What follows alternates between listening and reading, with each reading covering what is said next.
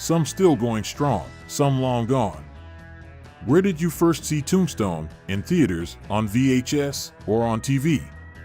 Tombstone is not just about guns, but also about friendship and loyalty, with a talented cast including Kurt Russell, Val Kilmer, Sam Elliott. Remember the suspenseful and funny moments in the movie. Do you remember the line, "You're a daisy if you do"? Let's start with the hero of the movie.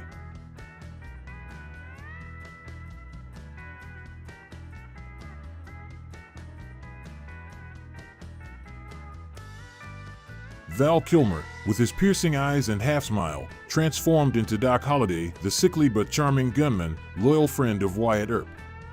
Born in Los Angeles, California, Val was only 34 years old when he played Tombstone. The role of Doc Holliday was the peak of his career, with immortal lines like "I'm your huckleberry" and "You're a daisy if you do." Do you remember the scene where he confronted Johnny Ringo in the gunfight, or the moment he lay on his hospital bed, still optimistic until the last minute? Val brought a Doc Holliday that was both humorous and tragic, making the audience unable to take their eyes off. Before that, he was famous for Top Gun, 1986, and The Doors, 1991. Sadly, Val Kilmer passed away in 2025 at the age of 65 after a battle with throat cancer. Though he is no longer here, his legacy lives on through Doc Holliday, a role that is considered one of the greatest cowboys on screen. He is an icon of talent and passion for the art. Unique detail: Val Kilmer learned Latin to prepare for a scene with Johnny Ringo, and he kept a handkerchief from the set as a memento of Doc Holliday. Do you remember a line from Doc Holliday that made you laugh or cringe? Was it the gunfight with Ringo or his friendship with Wyatt? Share it in the comments.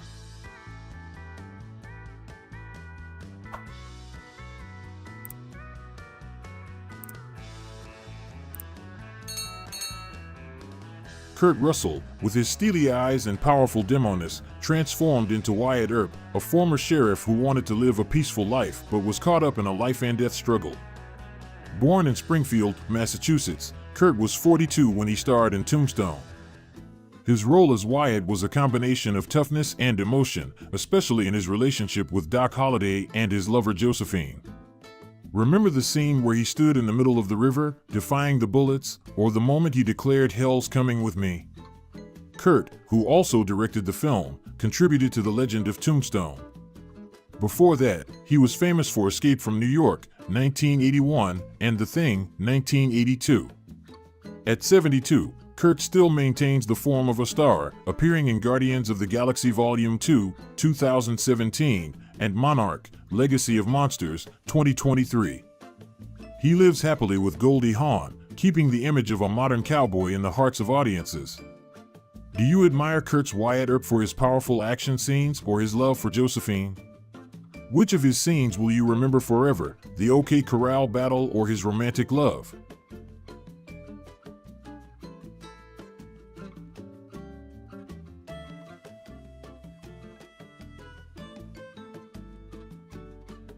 Sam Elliott, with his deep voice and signature mustache, transformed into Virgil Earp, the eldest brother in the Earp family, always steadfast and reliable. Born in Sacramento, California, Sam was 49 when he starred in Tombstone. The role of Virgil was a combination of calm and principled, but also tragic when he was injured in a fight with the Cowboys. Virgil always stood firm in the family, especially when facing the enemy. The moments when he comforted his wife Allie or resolutely protected his family further highlighted the character's nobility.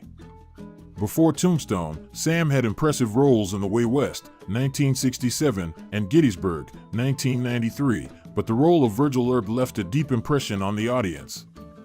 At 80 years old, Sam Elliott is still a solid figure in Hollywood, especially in the cowboy genre. He starred in projects like A Star is Born, 2018, and Star 1883 Star, 2021, continuing to make his mark with his signature voice, even in animated films like Family Guy. Sam is now happily living and maintaining his true cowboy demeanor, a model of resilience and passion for his craft. Do you remember Virgil's powerful moments in Tombstone or Sam Elliott's deep voice? Which of his roles do you remember?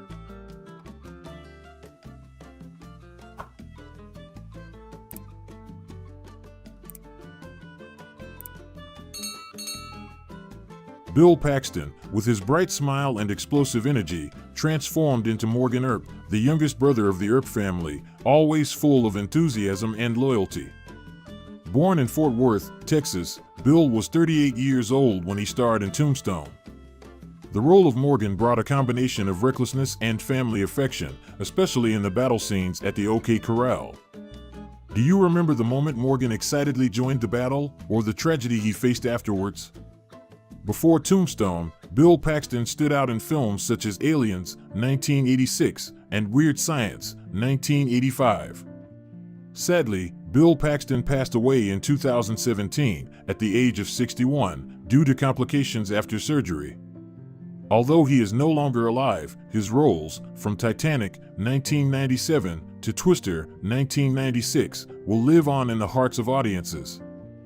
An interesting detail is that Bill once shared that he did a lot of research on the Earp family and brought a fake family ring to better portray Morgan. Were you moved by Morgan's enthusiasm in Tombstone, or did you love Bill in other roles? What moments of his stand out to you?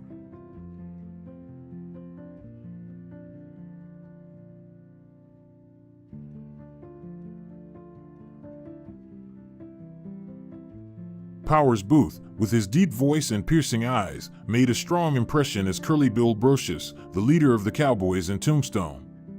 Born in Snyder, Texas, Powers was 45 when he joined the film. The role of Curly Bill was a combination of arrogance, ruthlessness, and a little charm. One of the most memorable moments was the scene where he fired a gun into the air while drunk, showing the impulsive and reckless personality of the character. His dramatic "no" line in a confrontation scene also became one of the classic moments of the film. Before starring in Tombstone, Powers Boothe won an Emmy for his role in Guyana Tragedy, 1980, and also appeared in Red Dawn, 1984, where he showed his talent in many genres. Powers Boothe passed away in 2017 at the age of 68 after a long battle with pancreatic cancer. Although he has left us, his roles, especially in Deadwood, 2004 to 2006, and Sin City, 2005, continue to live on in the memories of fans. With his sharp and unique villain roles, Powers left an indelible mark on cinema. Did you remember Powers Boothe's role as Curly Bill in Tombstone? Which scene from the film stands out to you, the dramatic moment or the character's ruthlessness?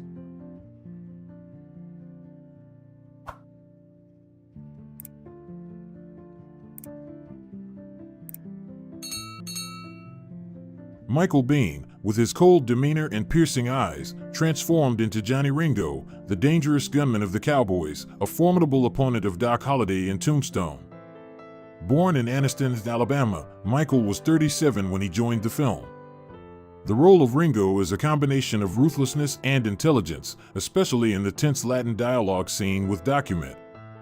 The confrontation scene between the two, where Ringo and Doc exchange sharp words, creates one of the most tense moments in the film. Michael, who is best known for his roles as Kyle Reese in The Terminator, 1984, and Corporal Dwayne Hicks in Aliens, 1986, showed a strong talent for action roles. At 67, Michael continues to work in the film industry, although now often takes on smaller roles, most recently in The Mandalorian, 2019. Despite this, he still has a love for the Western genre, a genre in which he has made a strong mark in his career. Michael is still happy and shares his passion with his fans. Do you find Johnny Ringo a scary villain, or are you impressed by his confrontation with Doc Holliday? Which Michael Biehn role do you remember the most?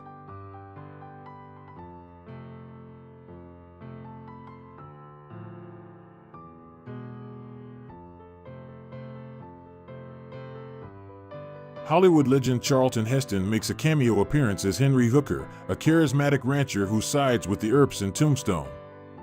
Born in Wilmette, Illinois, Charlton was 70 when he appeared in the film. Though it was a small role, his presence brought a sense of authority and gravitas, a tribute to the cowboy genre he helped to create throughout his career. Charlton Heston is best known for his iconic roles in Ben-Hur, 1959, for which he won an Oscar, and The Ten Commandments, 1956, two films that not only marked his career but also cemented his name in world cinema history. His masterful appearance in Tombstone is a memorable moment for cowboy movie lovers. Charlton passed away in 2008, aged 84, leaving behind a legacy of great cinema and a symbol of the golden age of Hollywood. With a series of legendary roles, he left a strong impression on audiences and is remembered as one of the biggest stars in the film industry. Were you surprised to see Charlton Heston in Tombstone? Which of his roles stands out to you, and why?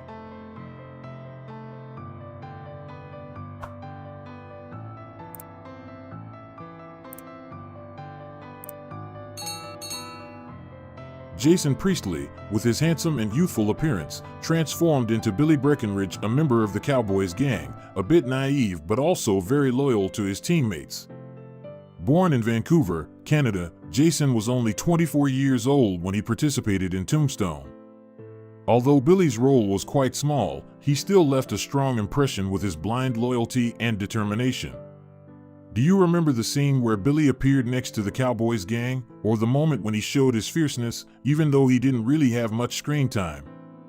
Before participating in Tombstone, Jason was famous for playing Brandon Walsh in Beverly Hills 90210, 1990 to 2000, where he made an impression with the image of a young, kind-hearted guy, in contrast to Billy, a quiet and tense character.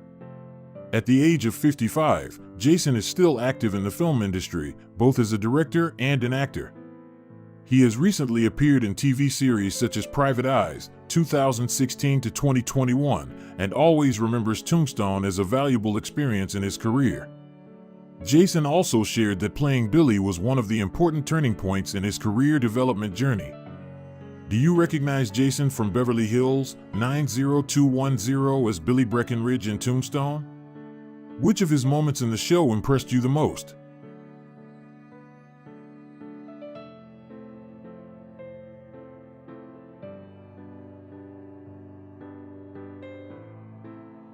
John Tenney, with his polished looks and complex gaze, brought the image of Johnny Bean, the Cochise County Sheriff, who was torn between his job and his loyalty to the Cowboys.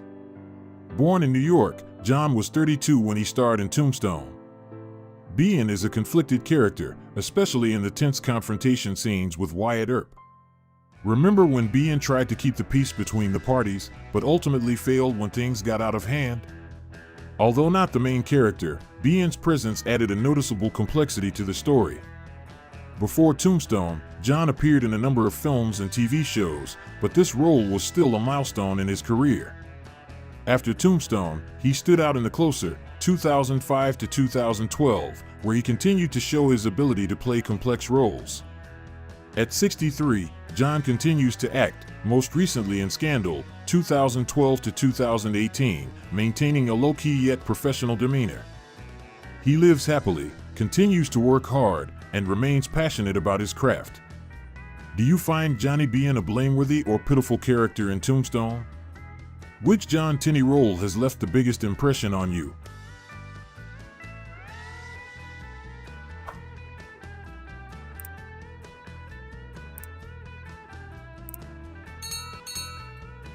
Stephen Lang, with his explosive energy and fierce gaze, transformed into Ike Clanton, the fierce leader of the Cowboys in Tombstone, 1993.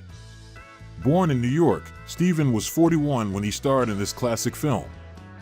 Ike Clanton was a combination of cowardice and brutality, especially in the scenes leading up to the OK Corral battle. Remember the scene where he provokes the Earp family, especially when he confronts Wyatt Earp and prepares for a fierce confrontation? Ike is a somewhat incompetent and provocative villain, which makes Stephen Lang a memorable image in the hearts of audiences. Before Tombstone, Stephen had a notable career with his role in Gettysburg, 1993, and this role is one of the important highlights of his career.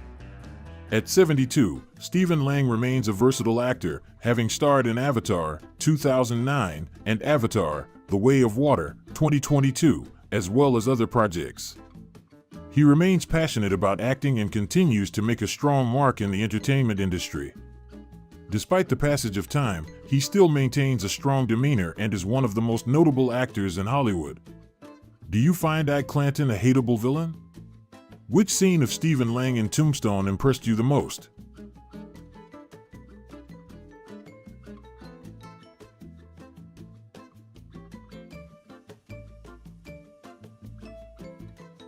And so it is with a journey through Tombstone, where gunslingers and romances make for a timeless cowboy movie. From the charming Doc Holliday, the indomitable Wyatt Earp, to the ruthless cowboys, the cast brings the Wild West to life. Who is your favorite? Share in the comments. If you enjoyed this video, be sure to give it a heart and subscribe for more stories from Hollywood. See you soon and keep Tombstone in your heart. Come back with me to 1997, when Starship Troopers hit the big screen.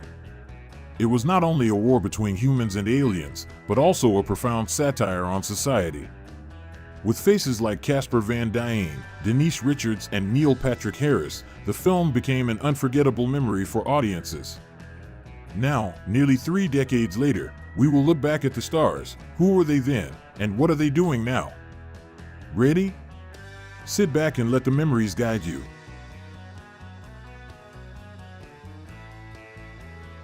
Who hasn't admired Carmen Ibanez, the beautiful, brave pilot in Starship Troopers? Denise Richards, then 26, made the character an icon of the 90s.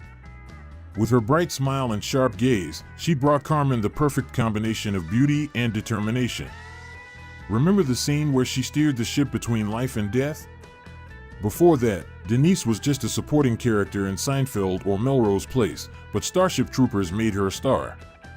Then she made an impression in Wild Things, 1998, and became a Bond girl in The World Is Not Enough, 1999. At that time, Denise was a beauty icon, having been in Maxim's top 50 sexiest women. Many dorm rooms had posters of her, remember? Now, at 54, Denise has maintained her charm despite going through many ups and downs. She starred in The Real Housewives of Beverly Hills, dabbled in OnlyFans, acted in indie films, and done charity work. While she's no longer a box office star, she's still a reminder of Hollywood's golden age. Did Denise ever get you hooked on her role as Carmen? Which of her films are your favorites? Denise once bravely refused a nude scene that wasn't in the original script, asserting her right to control her image.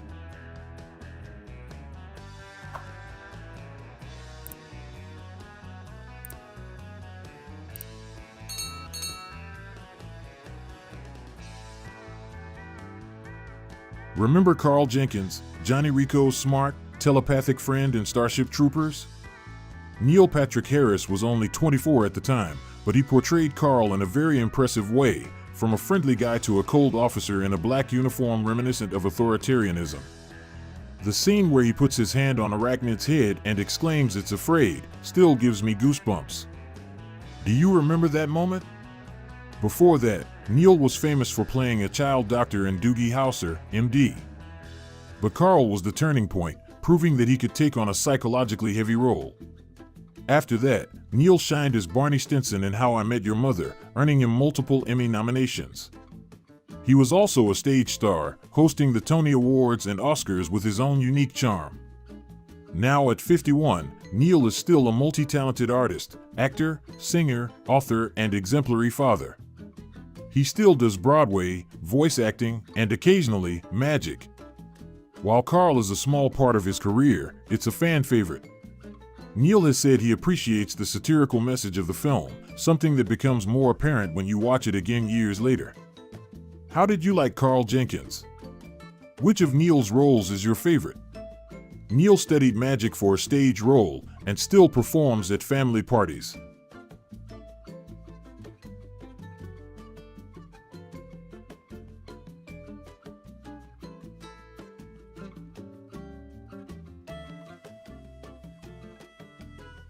Remember Captain Deladier, the powerful female officer in Starship Troopers? Brenda Strong, who was 37 when the film was released, brought a sense of strength and poise to Deladier, despite her short screen time. I still remember her standing on the bridge, giving orders in the midst of a storm of war, as a symbol of leadership. Were you impressed by her composure? Back then, Brenda was a familiar face on television, with roles in Dallas and Seinfeld. Starship Troopers was a step forward, launching her into the sci-fi genre. After the film, she became an indispensable name as Mary Alice Young, the narrator of Desperate Housewives, 2004 to 2012, a role that earned her multiple nominations. Brenda also voiced and directed, showing her multidimensional talent. Now, at 65, Brenda still retains her elegance and energy. She continues to act in shows like Supergirl and works as a producer. Brenda is also an advocate for yoga and healthy living, inspiring many. While Deladier was only a small part of her career, the role is a reminder of a creative era in Hollywood. Do you remember Brenda as Deladier? What are your favorite movies or shows of hers? Brenda once hosted a screening of Starship Troopers at her house to celebrate the 20th anniversary of the show, inviting longtime fans to join her. M Live, back at Motor City Comic Con with actress. Not gonna lie. Well, it's fine. Not a lot of people have. First one's incredible. And I said, Mr. Brooks, I played Nurse Gretchen in Spaceballs. And he goes, oh, first of all, to say that. I'm just happy to be working and to have a... Dizzy Flores, the strong woman with unrequited love for Johnny Rico, is one of the most memorable characters in Starship Troopers. Dina Meyer, who was 28 when she starred in the film, transformed Dizzy from a supporting character in the novel into an emotional warrior. The scene where she fought alongside Rico, or the moment she died in his arms, still makes me cry.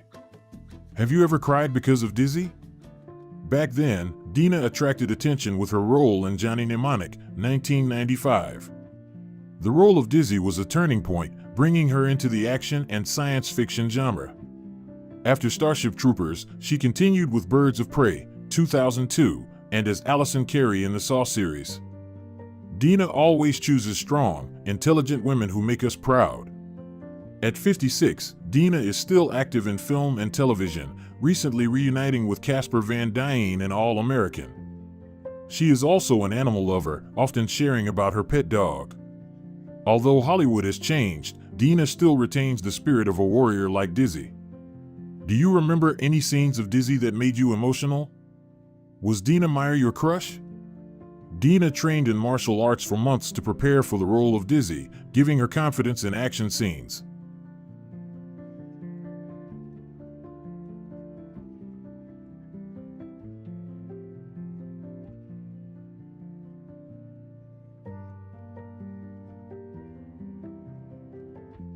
Ace Levy, with his mischievous grin and violin in the campfire scene, was a highlight in Starship Troopers. Jake Busey, who was 26 when he starred in the film, brought humor and loyalty to Ace. I still remember him and Rico joking around in boot camp, moments that reminded me of our friendship as young men. Did you like Ace's humor? Back then, Jake, son of actor Gary Busey, made an impression in Contact, 1997. The role of Ace was a big step forward, showing his talent for comedy and action. Jake then appeared in From Dusk Till Dawn, the series, and Stranger Things, always bringing a unique energy. At 53, Jake is still a familiar face in horror and sci-fi films. He is also a talented musician, often performing at small events. Jake is always proud of Starship Troopers, calling it one of the best experiences of his career. Remember Ace playing the violin? Which Jake Busey role impressed you? Jake brought his real violin on set, and the musical scene was his idea to add some color to Ace.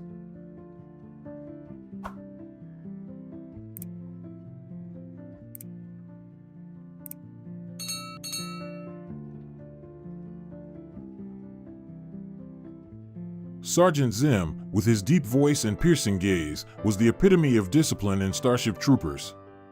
Clancy Brown, who was 38 when he played the character, made us both fear and respect him. The scene where he trained the recruits at Camp Curry, or the moment he asked to be demoted to go to the front lines, are still strong highlights. Remember Zim's majesty? At the time, Clancy was already famous for his roles as Kurgan in Highlander, 1986, and Captain Hadley in The Shawshank Redemption, 1994. Zim was an opportunity for him to show his multidimensionality, both stern and dedicated. After Starship Troopers, Clancy continued with Carnival and voiced Mr. Krabs in SpongeBob SquarePants. At 66, Clancy is still a respected actor, with roles in Billions and Dexec. His signature voice remains a weapon that captivates audiences. Clancy has said that he loves playing Zim because it allows him to explore both toughness and compassion. Do you remember any of Zim's lines? Which Clancy Brown role is your favorite? Clancy once gave each rookie actor a handmade military badge to add authenticity to the training scenes.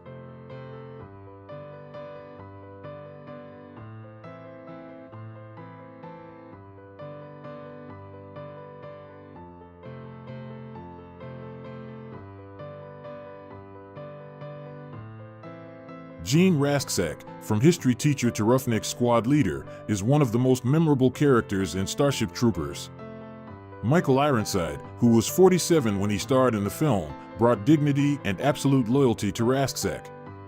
The scene where he leads the troops, or the moment of sacrifice, still makes me cry. Do you remember his line, "I expect the best, and I give the best"? Back then, Michael was an action star with Scanners, 1981, and Total Recall, 1990. Rasksack's perfect combination of intelligence and bravery made him a role model for many audiences. After Starship Troopers, he continued with Splinter Cell and roles in The X-Files. At 75, Michael is still acting, despite his health struggles. He is a great storyteller, often sharing stories about his days working with Paul Verhoeven.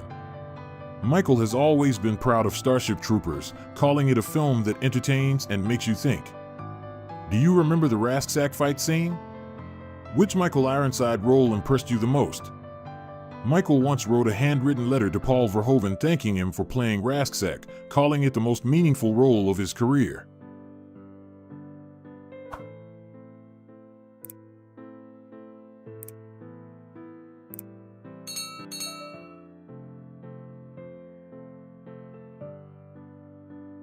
Remember Sugar Watkins, the funny but loyal soldier in Starship Troopers? Seth Gilliam, who was 29 when he played the role, brought Watkins charm and warmth. The scene where he sacrificed himself to protect his comrades, screaming in the middle of battle, still makes me choke up. I remember the moments when Watkins made the whole team laugh, like a big brother in the family. Did you ever feel close to this character? Back then, Seth was a promising young actor, appearing in Courage Under Fire, 1996. The role of Watkins was a turning point, paving the way for bigger roles like Ellis Carver in The Wire, 2002 to 2008, and Father Gabriel in The Walking Dead, 2014 to 2022. He always brought depth to his characters, from the humorous to the tragic. At 56, Seth is still a beloved face. He continues to act in films and theater, and participates in independent projects. Seth once shared that Starship Troopers was one of the most fun experiences, where he learned teamwork from the young cast. Do you remember Watkins' sacrifice scene? Which Seth Gilliam role impressed you the most? Seth once wrote a short poem about friendship in war, reading it to his teammates on set to create emotion for the scene.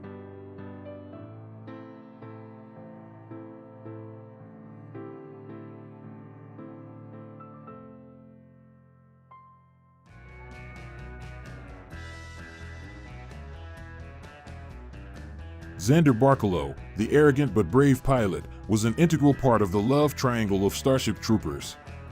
Patrick Muldoon, who was 29 when he starred in the film, brought charm and a touch of arrogance to Xander. The scene where he piloted the spaceship between life and death still thrills me. Remember the rivalry between Xander and Johnny Rico? Back then, Patrick was a TV star as Austin Reed on Days of Our Lives, 1992 to 1995.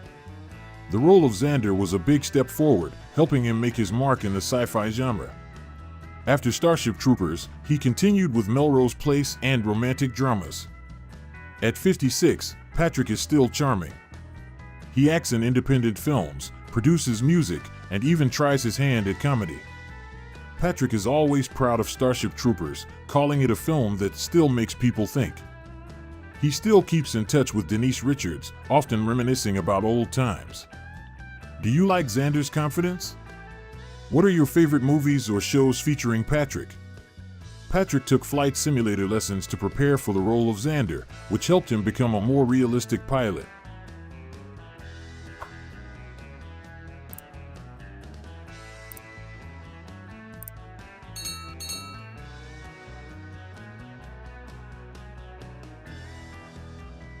Carmen Ibanez, played by Denise Richards, is one of the key characters in Starship Troopers. With a sharp mind and strong ambition, Carmen joins the Fleet Academy with the goal of becoming a starship pilot, proving her mettle and leadership qualities. Her story accompanies Johnny Rico as they develop a romantic relationship while facing challenges in the fight against alien bugs. Carmen is the epitome of a disciplined, determined soldier who thrives in stressful situations. When the film was released, Denise Richards was only 26 years old, and her performance contributed to making the character of Carmen so attractive and full of life. Born on February 17, 1971, Denise Richards is now 53 years old. She became a familiar face in the late 1990s, notably playing Carmen Ibanez in Starship Troopers and Doctor Strange.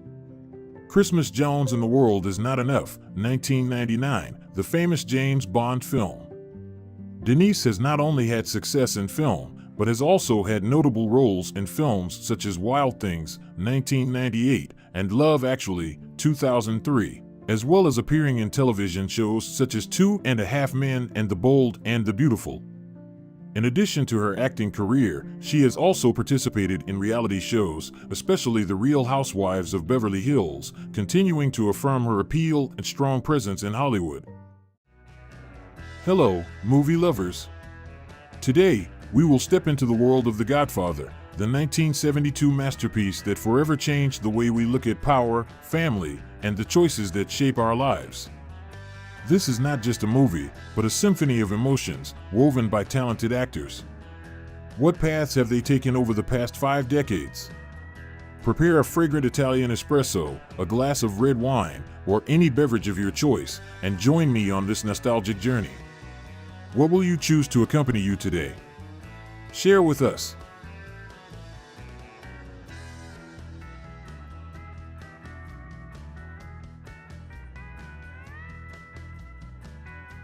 Al Pacino, born April 25, 1940, entered The Godfather at the age of 32 and transformed Michael Corleone into one of the greatest characters in cinema history. His role as the son reluctantly becomes a mafia boss brought Pacino to the top, with his eyes both painful and determined, making the audience unable to take their eyes off.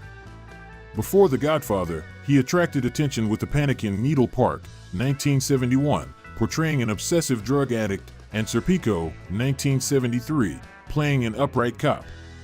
After The Godfather, Pacino continued to conquer with Scarface, 1983, Heat, 1995, and Scent of a Woman, 1992, winning the Oscar for Best Actor. He also had a passion for theater, co-founding the Actors Studio and performing in Shakespeare plays. At 84, Pacino is still making films, most recently House of Gucci, 2021, and is a father of 4, always emphasizing his family as his greatest inspiration. He once said, "Acting is my way of finding the truth in my soul." Pacino's Michael Corleone is not just a role, but a symbol of complexity, of choices that lead us down paths of no return. Seek the truth in everything you do, and don't be afraid to face the dark corners to grow. They throwing us out? Are the police? Hi, I'm Al Pacino. You did was the first of 5 movies, and I met Frank Serpico.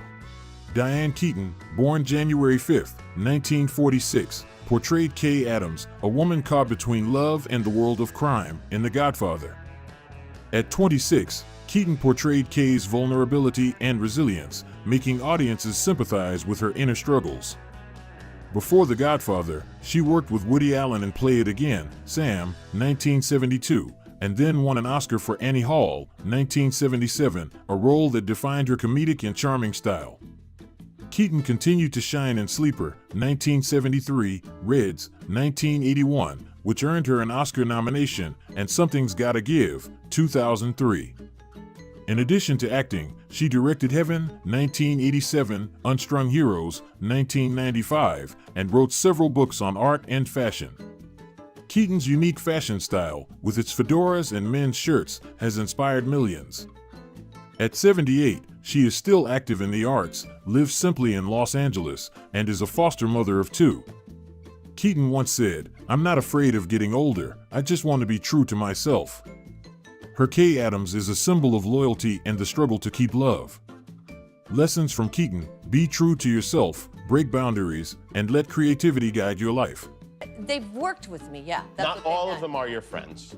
Okay. But I love her. I thought she was very funny and very attractive. Simonetta Stefanelli, born November 30th, 1954, captivated audiences with her role as Apollonia Vitelli in The Godfather. At the age of 18, she brought a sweet Sicilian beauty and a fragility that made Michael's heart flutter, despite her short, dreamlike role. Her wedding scene and her love scenes with Michael became symbols of pure but fragile love. After The Godfather, Stefanelli returned to Italy, starring in films such as Three Brothers, 1981, and The King's Whore, 1990, and also appeared in many Italian television shows in the 80s. She gradually left the screen to pursue a career in modeling and fashion, opening a boutique brand in Rome, known for its Italian designs. Stefanelli's personal life is private, but she is the mother of a daughter and is proud of her Sicilian roots. At 70, she lives a quiet life, occasionally sharing memories of The Godfather in interviews. Her Apollonia remains a gem, reminding us that even fleeting moments can leave an everlasting mark. Lesson from Stefanelli: shine brightly in your moment and choose the path that brings true happiness.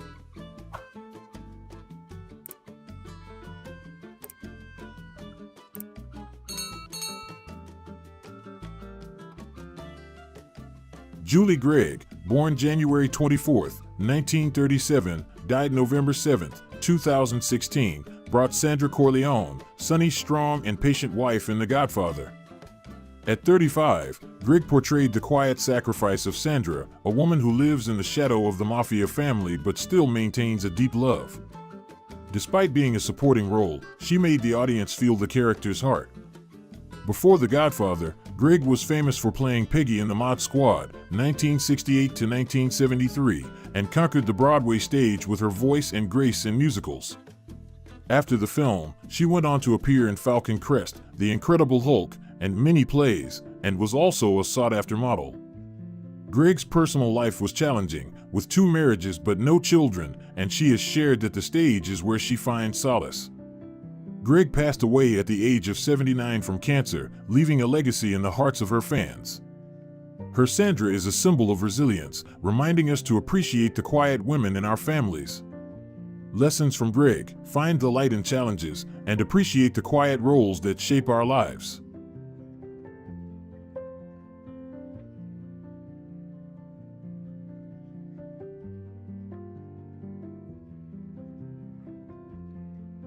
Al Martino, born October 7, 1927, died October 13, 2009, brought the dramatic singer Johnny Fontane to life in The Godfather.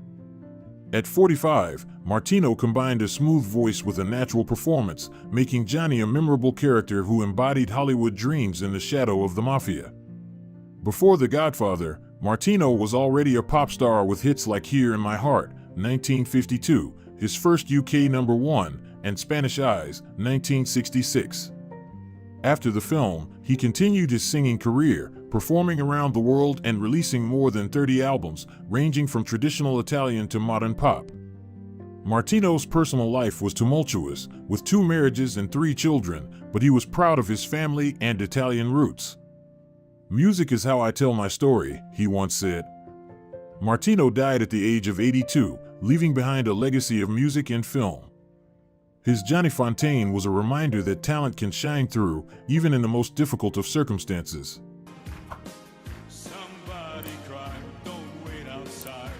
Come say hello there." They were singing songs I knew when I was young. Marlon Brando, born April 3, 1924, died July 1, 2004, was the soul of The Godfather as Vito Corleone. At 48, Brando brought a terrifying yet humane take on the tycoon, with his signature husky voice and subtle gestures, winning the Oscar for Best Actor. Before The Godfather, he made history with A Streetcar Named Desire, 1951, and On the Waterfront, 1954, both of which earned him Oscar nominations. He then shocked audiences with Last Tango in Paris, 1972, and Apocalypse Now, 1979.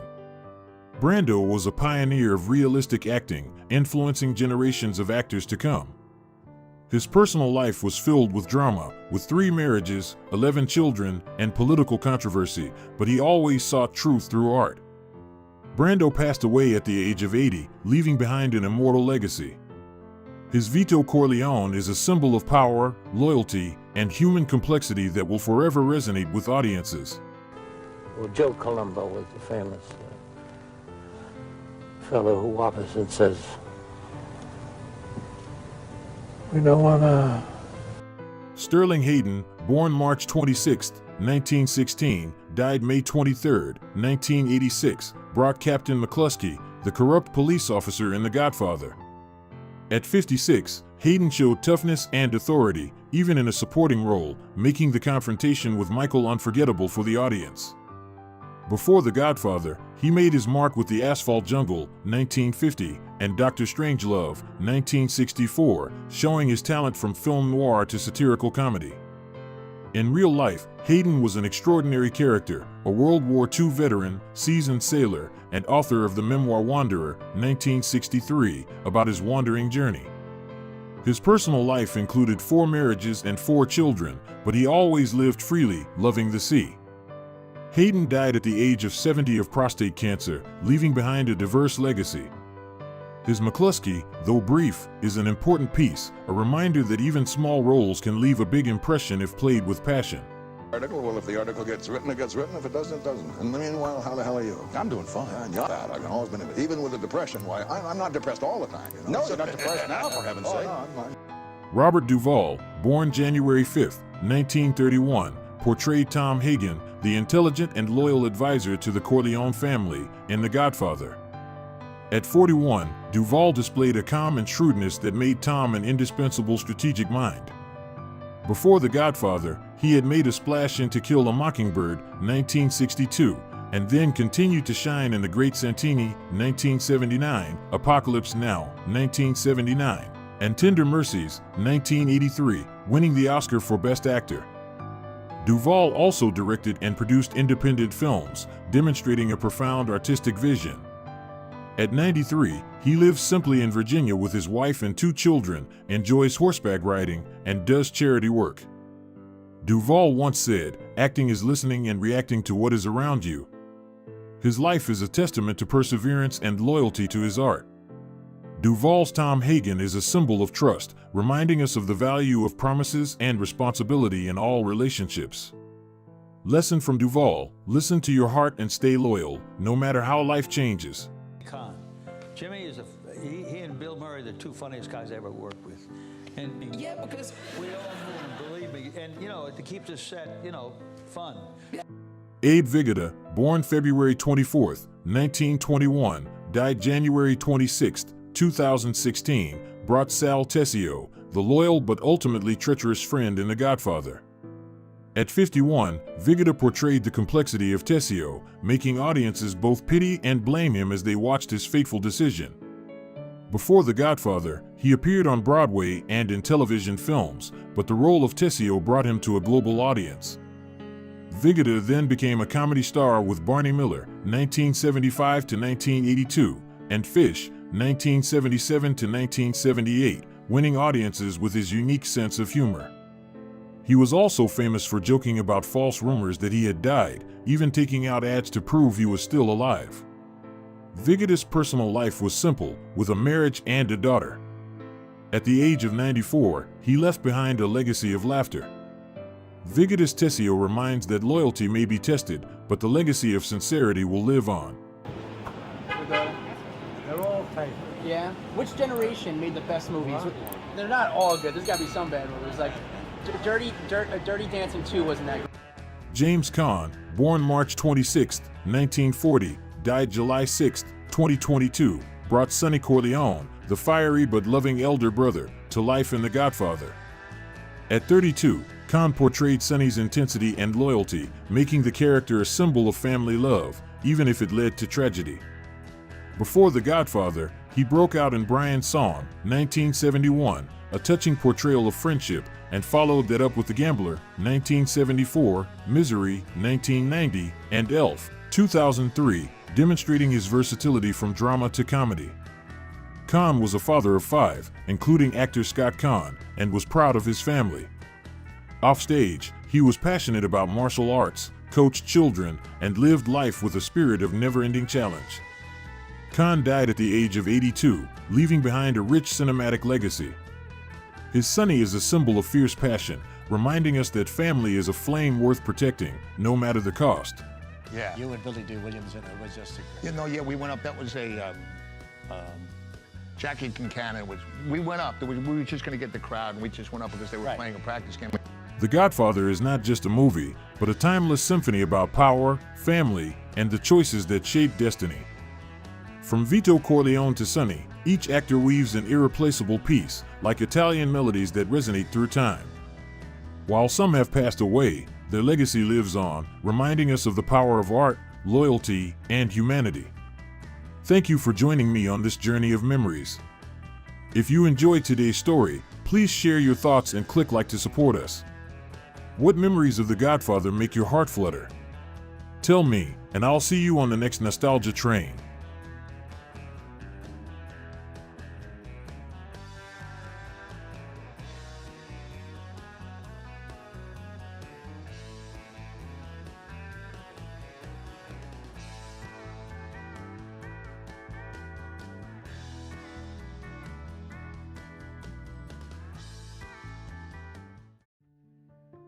Hello, nostalgic hearts. Today, we will take a trip back in time to the 70s with Welcome Back, Kotter, a sitcom that brought laughter, friendship, and unforgettable life lessons. This is the story of the people who gave life to those characters. What turns have they taken after nearly half a century? Prepare a cup of aromatic coffee, a hot cup of tea, or any of your favorite drinks, and join me in exploring. What do you choose to accompany you today? Share with us.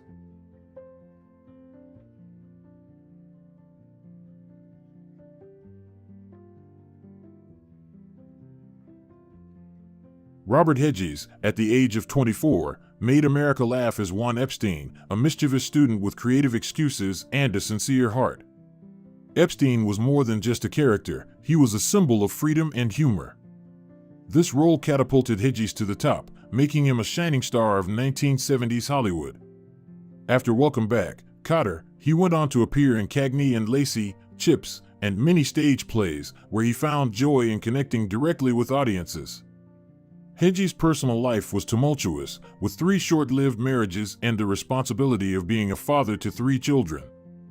However, he always had great love for his family, often sharing his joy of fatherhood in interviews. Sadly, Hedges passed away in 2012 at the age of 60 from a heart attack, leaving a void in the hearts of his fans. Epstein's image with his mischievous smile and warm heart will live on in our memories as a reminder of the power of creativity. Lesson from Hedges: live life to the fullest, love deeply, and dare to write your own story, even if it has sad chapters.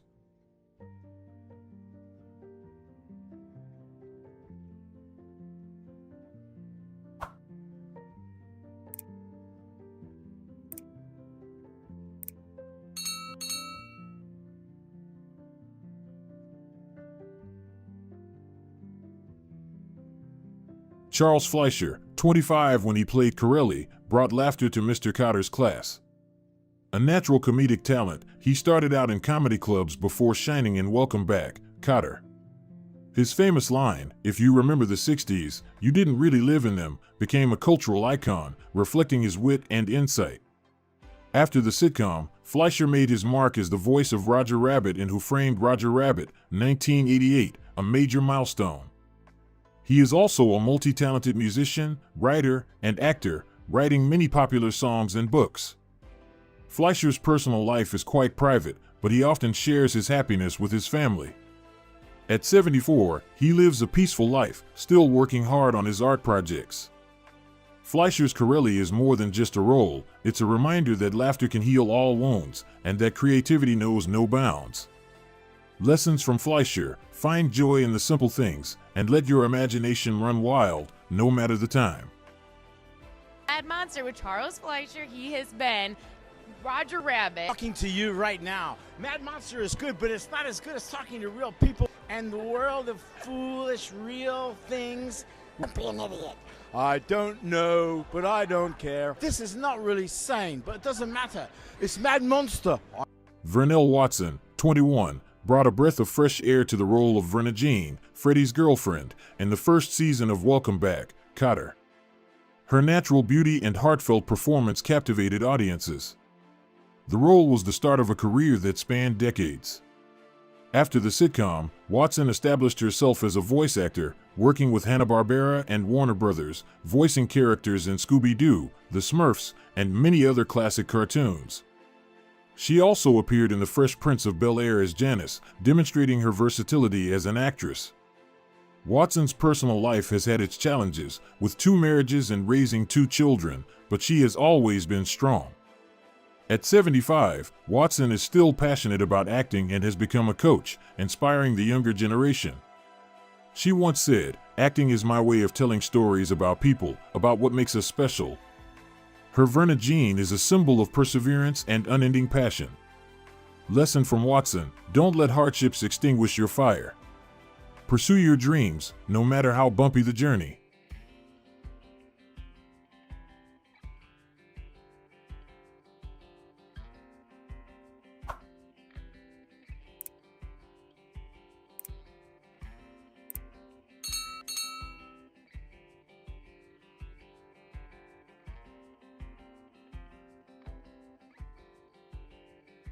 Lawrence Hilton Jacobs, 22, transformed Freddie Boom Boom Washington into one of Welcome Back, Kotter's most memorable characters. With explosive energy and subtle acting, he portrayed a mischievous yet affectionate student, endearing him to audiences. After the sitcom, Jacobs continued to shine in Cooley High, 1975, and the miniseries Roots, 1977, 2 works that affirmed his diverse talents.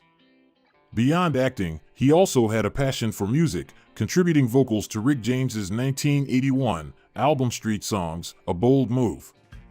Although private about his personal life, Jacobs is a father of 2 daughters and always puts family first, often sharing the joy of fatherhood.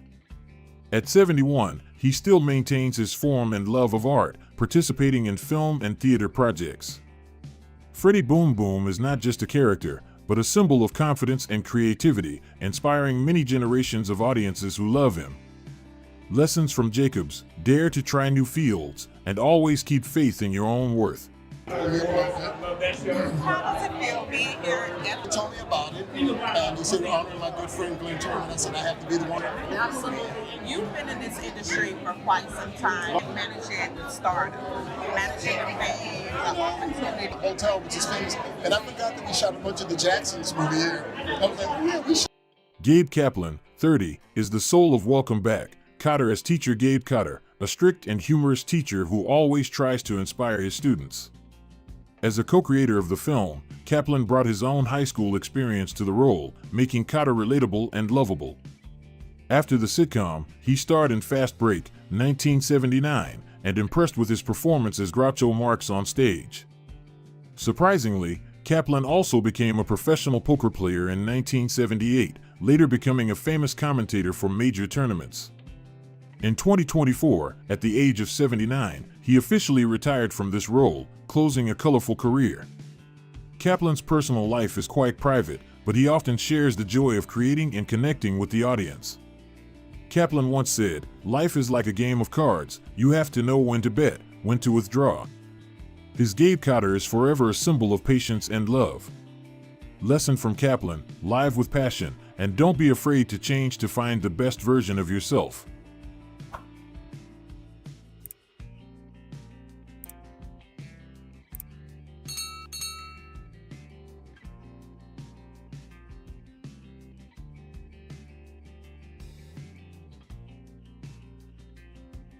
John Sylvester White, 56, played Michael Woodman, a tough and lovable vice principal in Welcome Back, Kotter. A veteran actor, White had years of experience with roles on The Twilight Zone and other television shows before the sitcom. The role of Woodman showcased his talent for combining sternness with comedic moments, making audiences both fear and love the character. After Welcome Back, Kotter, White continued to appear on Mama's Family before retiring in 1983. He kept his personal life private, but friends described him as a warm, artistic person. Sadly, White died in 1988 at the age of 68 from pancreatic cancer, leaving behind a memorable legacy.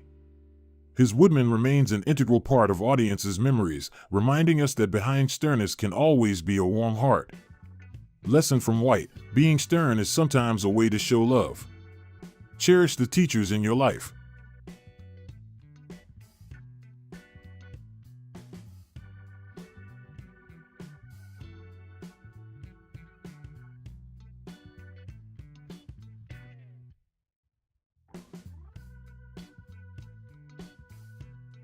John Travolta, 21, captivated audiences with his role as Vinnie Barbarino, the handsome, naive but charismatic guy in Welcome Back, Kotter.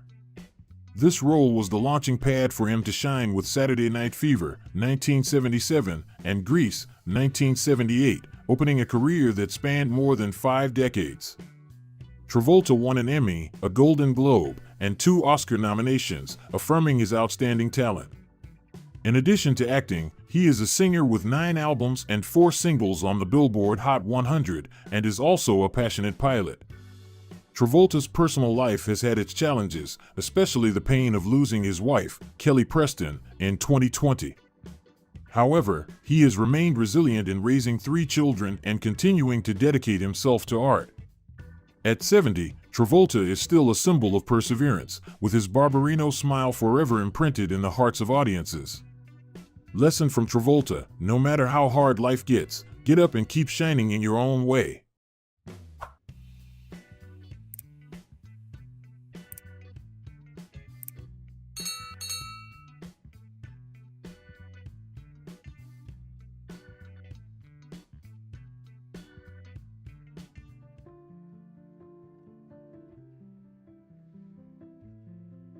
Marcia Strassman, 27, brings Julie Kotter, Gabe's loving wife who always supports him during the difficult days of Welcome Back, Kotter.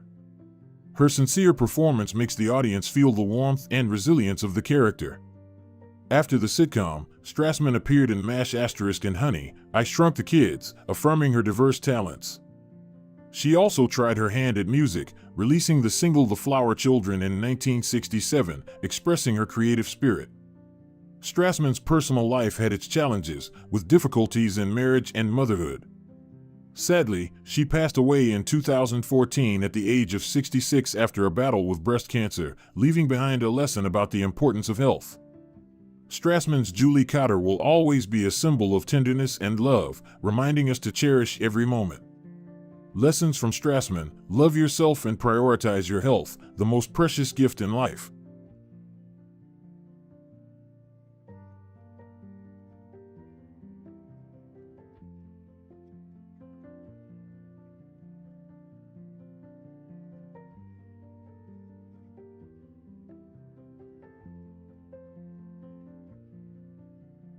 Ron Palillo, 26, made audiences fall in love with Arnold Orhack, the goofy but lovable student in Welcome Back, Kotter. His signature laugh and sincerity became the symbol of the sitcom. After Welcome Back, Kotter, Palillo turned to writing and teaching, becoming a teacher at G-Star School of the Arts, where he inspired younger generations about the performing arts. Although he regretted being pigeonholed as Orhack, he found joy in sharing his knowledge. Palillo kept his personal life private, but was described by friends as a warm and affectionate person. Sadly, he passed away in 2012 at the age of 63 from a heart attack. Palillo's Orhack will forever be a childhood memory, reminding us of the power of sincerity and laughter. Lesson from Palillo: be true to yourself and don't be afraid to share your light with others.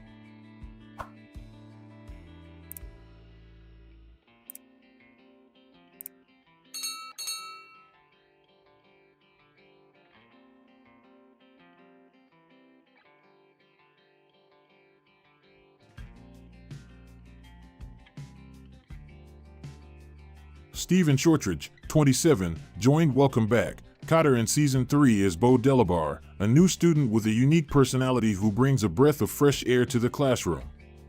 Before and after the sitcom, he appeared in more than 50 commercials for brands like Coca-Cola and Head & Shoulders, and starred in The Bold and the Beautiful. In 1989, Shortridge decided to retire from acting to pursue painting, becoming a famous artist with a unique style that attracted many international exhibitions.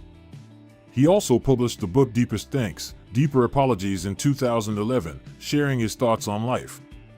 At 73, Shortridge lives a creative life, regularly organizing exhibitions. His boothe is proof that art has no boundaries and change can lead to new horizons. Lessons from Shortridge: don't be afraid of change. Dare to pursue a new passion, no matter how different it may be.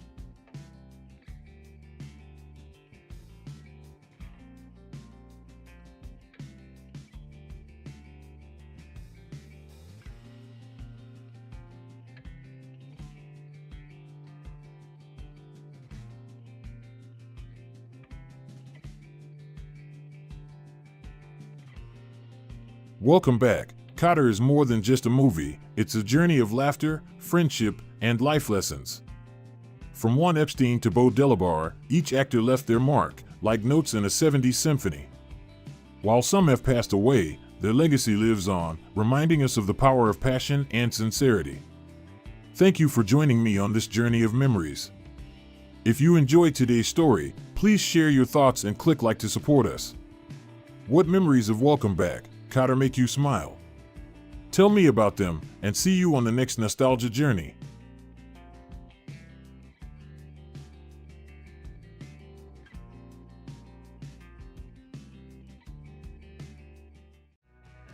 Ever wondered what Hollywood's cutest monsters look like 60 years later? Welcome to Classic Cinema. Today, we're taking a trip back to 1964 with The Munsters, a classic sitcom about a family of funny yet heartwarming monsters. In 2025, let's take a look at 10 iconic faces from the cast, who they were, how they've changed, and what legacy they've left behind. Ready? Let's go!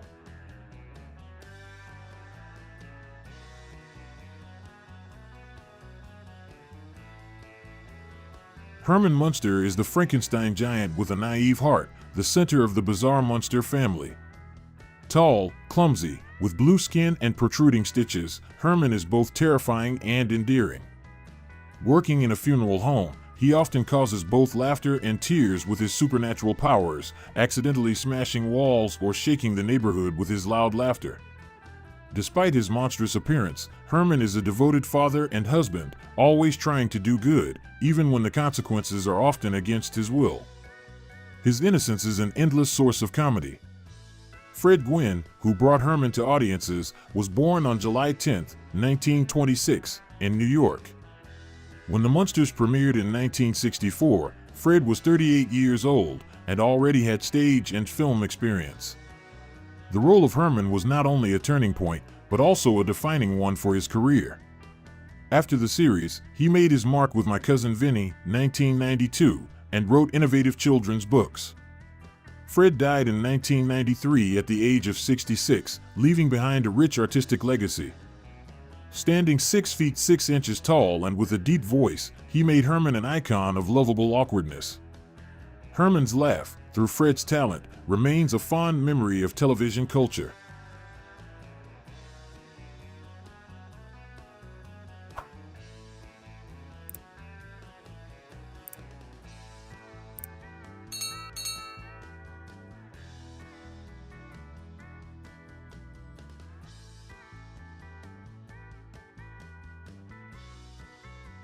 Grandpa Munster, or Count Sam Dracula, is a mischievous old vampire who always stirs up trouble with his family with crazy ideas.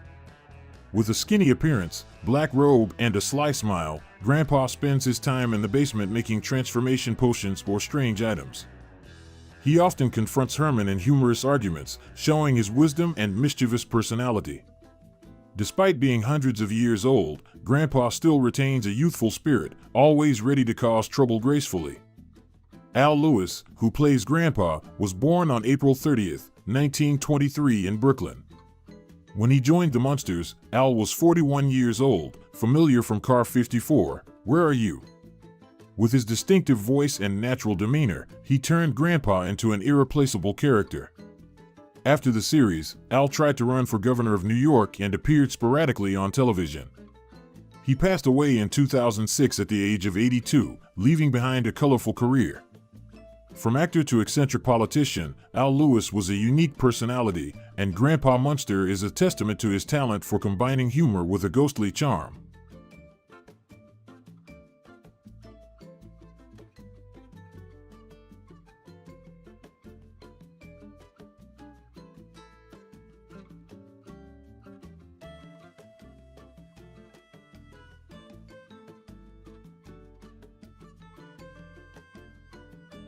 Eddie Munster, the mischievous werewolf, is the youngest member of the Munster family. With his pointy ears, fangs, and tiny cape, Eddie is both scary and cute.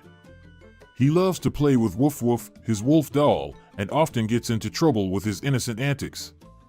Despite his monster blood, Eddie is still a typical kid. He likes to skip school and worry his parents. His innocence brightens up the strange atmosphere of the family. Butch Patrick, who plays Eddie, was born on August 2, 1953, in Los Angeles. At 11, when the Munsters debuted, Butch brought a youthfulness to the role. After the series, he joined Lidsville, tried his hand at music, and is now a familiar face at fan events. At 71, Butch shares his story of overcoming mental health issues, inspiring many people. From a werewolf boy, he became a symbol of resilience, keeping Eddie Munster alive in the hearts of audiences.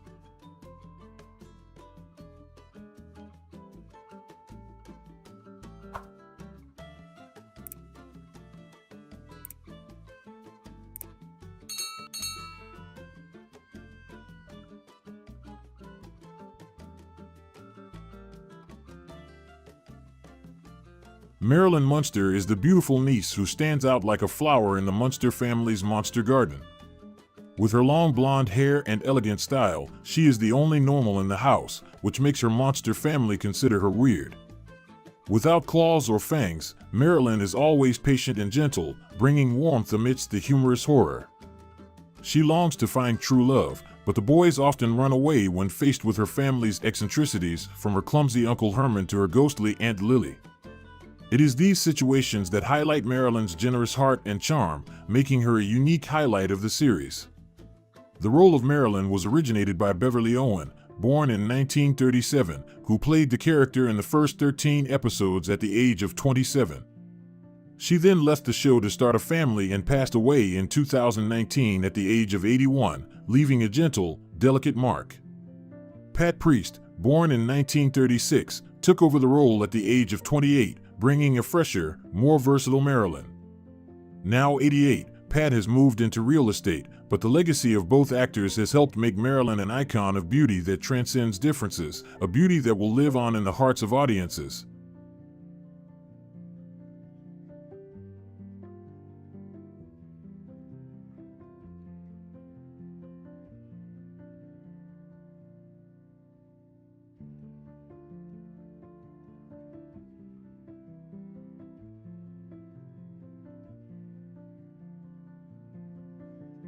Lily Munster, the elegant vampire mother, is the heart and soul of the eccentric Munster family. With her signature black and white hair and long, gothic dresses, she is both alluring and warm, a rare combination of eerie beauty and family love. Lily is the one who keeps 1313, Mockingbird Lane filled with love, from caring for her mischievous son Eddie to supporting her husband Herman through the troubles he accidentally causes. Despite being a centuries-old vampire, Lily maintains an incredible optimism, turning the eerie space into a true home. Lily is brilliantly portrayed by Yvonne De Carlo, born September 1, 1922 in Canada. When she started the Munsters at the age of 42, she was already a big star thanks to her role in The Ten Commandments, 1956. After the series, Yvonne continued to shine on Broadway, leaving a lasting impression before passing away in 2007 at the age of 84. With her deep voice and elegant demeanor, she transformed Lily into a timeless icon, a woman who was strong, funny, and gentle. Lily's charm lay not only in her appearance but also in the way she held the Munster family together, leaving audiences with a character who was both terrifying and lovable, a perfect piece of pop culture.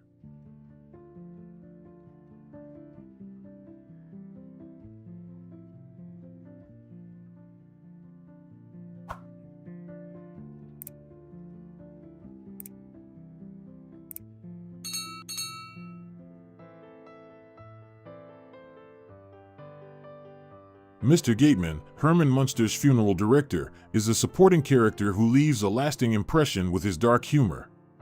With his calm demeanor and carefree demeanor, he often witnesses the hilarious mishaps Herman causes without losing his cool. From Herman's funeral home roof collapse to his unexpected moments at work, Gateman seems to have grown accustomed to the Munsters' eccentricities. He is one of the few outsiders who accepts their bizarre world without judgment, creating hilarious situations that brighten the series. John Carradine, born February 5, 1906, brought his signature gentlemanly style to Gateman at the age of 58. With a career spanning over 300 roles, from Stagecoach, 1939, to classic horror films, Carradine is a true Hollywood legend. He passed away in 1988 at the age of 82, leaving behind a distinguished acting family. Although Gateman was only a small part of his vast career, John played him with such flair and humor that he became an integral part of the Munsters. Gateman's calmness in the midst of a monster storm not only highlighted Carradine's talent but also added to the quirky, hilarious world of the Munster family, leaving a lasting impression on audiences.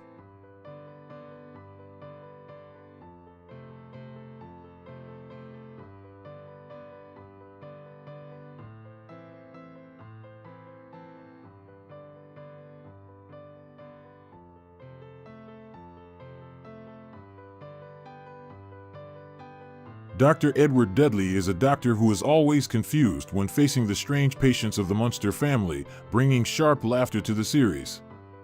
With a scientific mind and serious attitude, he tries to explain the strange characteristics of Herman or Lily with logic, but all efforts lead to humorous dead ends.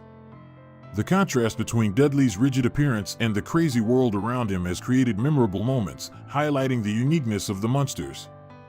He is not only a doctor but also a mirror reflecting the amazement of ordinary people before this monster family. Paul Lynde, born on June 13, 1926, portrayed Dr. Dudley at the age of 38 with his distinctive voice and unmistakable humorous style. After the Munsters, he became a star in Hollywood squares and Bewitched, leaving a great legacy in the American entertainment industry. Paul passed away in 1982 at the age of 55, but his legacy lives on through his character-filled performances. As Dr. Dudley, Lynde brought an irresistibly charming and intelligent presence, making the character a small but brilliant highlight in the series. Although only appearing briefly, Dudley is a testament to Paul Lynde's talent, someone who could make audiences laugh with just a word or a raised eyebrow, enriching the world of Munster.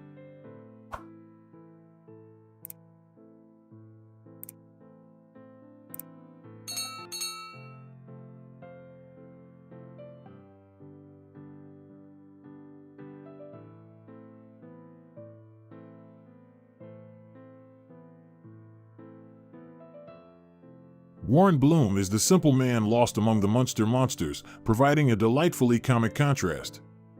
With his shy personality and plain appearance, Warren often finds himself in strange situations when interacting with this family. From his panicked look at the clumsy Herman to his scream when confronted with the ghostly Lily, his reactions are the source of hearty laughter. Warren represents the bewildered outsider, a familiar figure who stands out in the crazy world of the Munsters. John Fiedler, born February 3, 1925, embodied Warren at the age of 39 with gentleness and sophistication. Best known for his voice of Piglet in Winnie the Pooh and his role in 12 Angry Men, 1957, Fiedler was a talented actor with a career spanning decades. He passed away in 2005 at the age of 80, leaving behind a rich legacy in the entertainment industry. As Warren Bloom, John brings authenticity and charm, turning a small supporting role into a memorable highlight of the series. Warren's goofiness not only illuminates the Munsters' oddities, but also showcases Fiedler's great acting ability, who can make even fleeting characters endearing to the audience, contributing to the special appeal of the Munsters.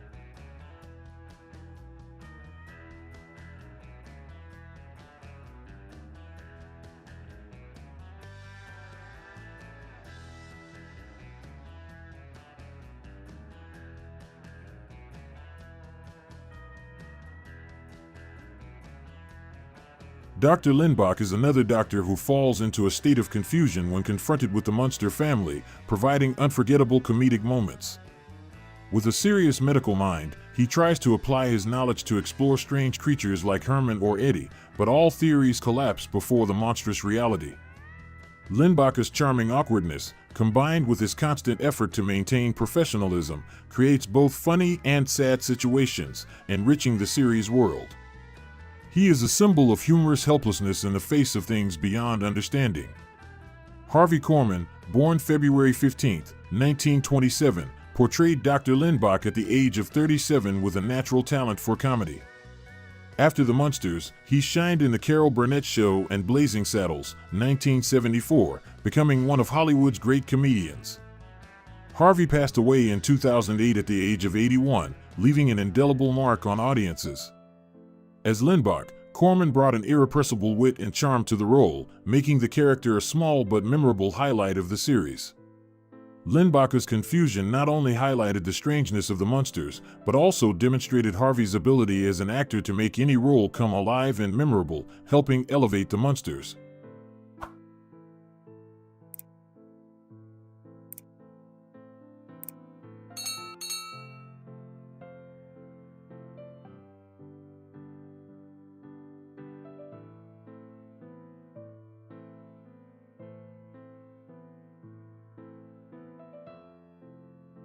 So we have reviewed 9 Faces of the Munsters from 1964 to 2025.